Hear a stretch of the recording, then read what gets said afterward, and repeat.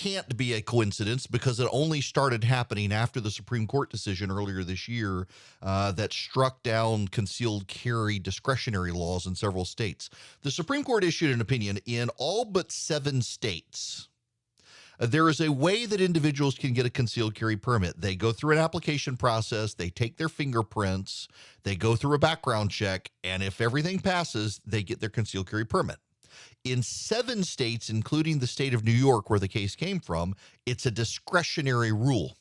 So you go through the application process, you go through the fingerprints, you go through the background checks, and then if the bureaucrat likes you, they give you the concealed carry permit. If they think your excuse is good enough. But they don't have to give you one if they don't want to. If you rub them the wrong way, they don't have to give it to you. There's a lot of discretion. The Supreme Court threw that out and said you can't have that much discretion. If you have a process and the person completes the process and the background check and the fingerprints don't lead to this person being prohibited, you have to give them a concealed carry permit. And then this happened. Accessory manufacturers for guns, particularly gun holster companies, began receiving the commodity flow survey from the federal government. It didn't just happen to one. It happened to a number of them. And here's what you need to know about the commodity flow survey. The commodity flow survey is a random survey that businesses in the country get. And it is supposed to be randomly distributed. If it is randomly distributed to businesses around the country, how is it that all of the businesses that got it after the Supreme Court's decision all happen to be in the gun accessory industry? Wasn't the gun manufacturers, it was mostly gun holster manufacturers. Now, what is the commodity flow survey? It is a survey taken with the Bureau of Transportation Statistics and the Census and the Department of Commerce, trying to understand the flow of goods around the country. It covers mining, manufacturing, wholesale trade, and select retail and service trade industries. What you need to understand is that the Census Bureau, to businesses across America, if you don't own one, you don't know this, but businesses around the country randomly get surveys from the Census Department. I got one a couple of weeks ago, and it was on my use of technological research materials from the American IT and computer industry. Did not apply in any way, shape, or form to what I do for a living, and I made sure they knew it, but I had to answer the survey. If you do not answer the survey, you can be fined up to $5,000, or the owner of the business, if you're a small business, can be jailed. The commodity flow survey doesn't apply to me because I do a radio show. I don't provide a good or service that is transmissible across the country physically. I provide a good and service, a radio product that you listen to in your radio or online or podcast app, what have you, but it's not a physical good. What the commodity flow survey asks for is, here's the information you get. You get a shipment ID number,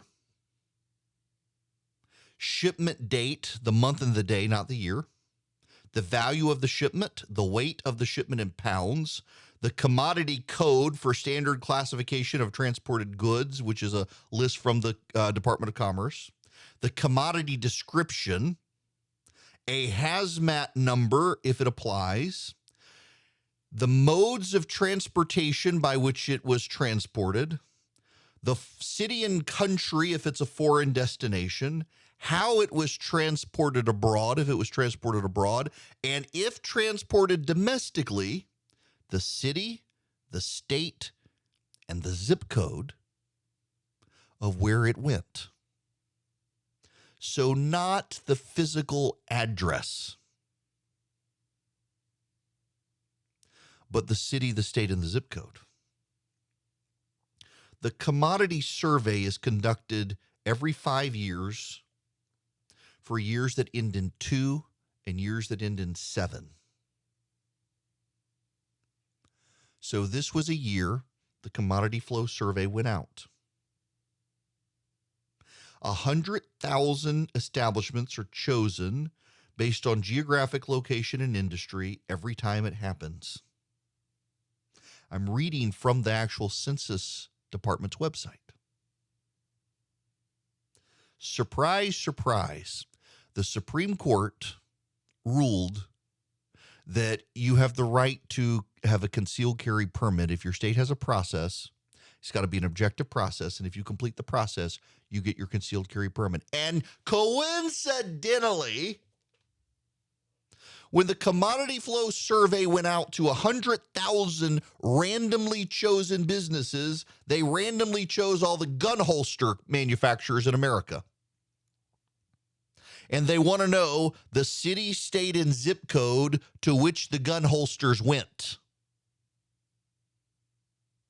Now, follow along with me here.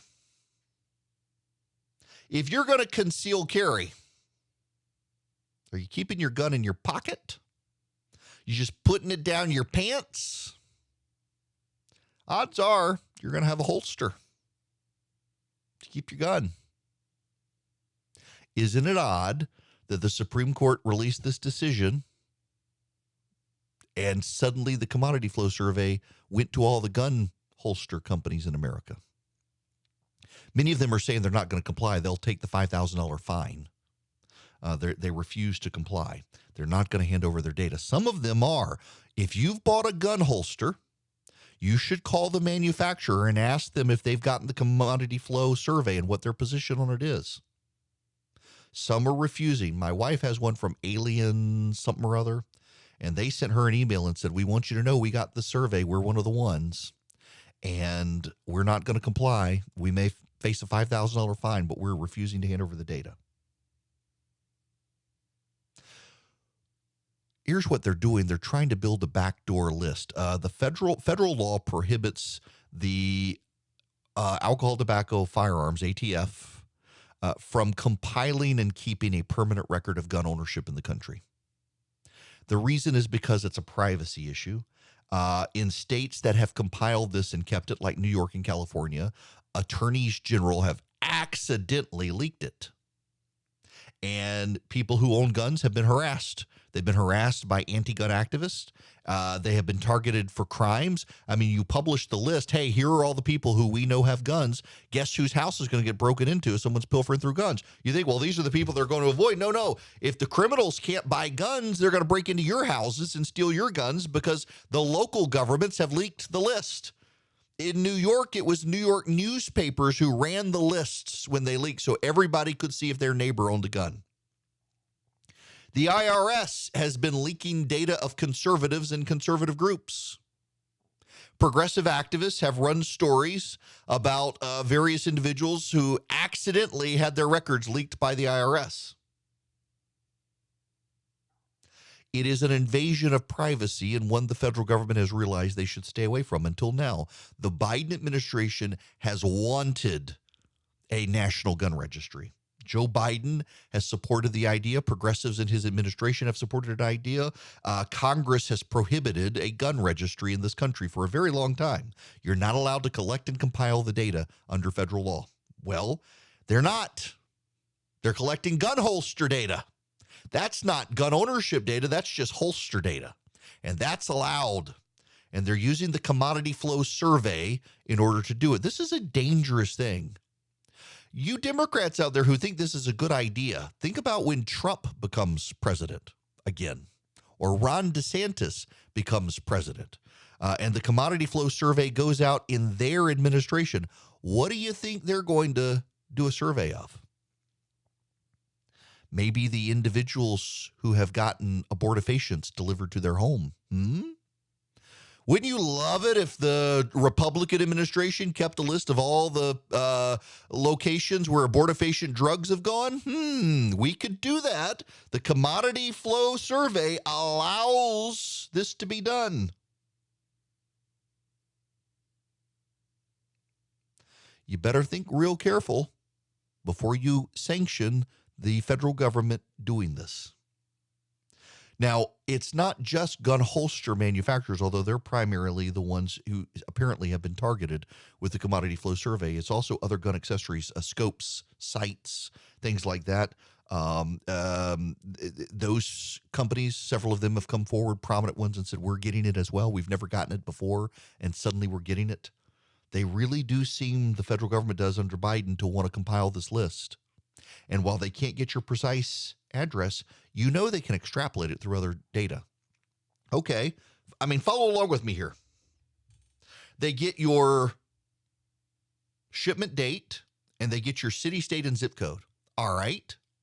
So now let's go pull from states that support us the list of concealed carry permit holders. You may not have a gun, but if you got the holster, we know you do. So states, you leak us who applied for a concealed carry permit. We're going to cross-reference it to the zip codes into which the gun holsters went. We will have a very good heat map of where all the concealed carry people are, and we will put it in a list. It's only a matter of time before something like this happens. They're playing with fire here, and they don't care. They don't care about your privacy. They don't care about your gun rights. They don't care about congressional laws that prohibit the formation of a gun registry. They want to be able to target and harass gun owners. And you will note you're hearing about this from me and not from mainstream media outlets. Why? Because they don't care about you either. They're in on gun control 100%. Anything to make you intimidated, they're in favor of. The reality is, if you have a gun accessory, particularly a gun holster, you probably need to reach out to the manufacturer and ask, hey, have you gotten the commodity flow survey from the federal government? And if you have, do you intend to turn over the details?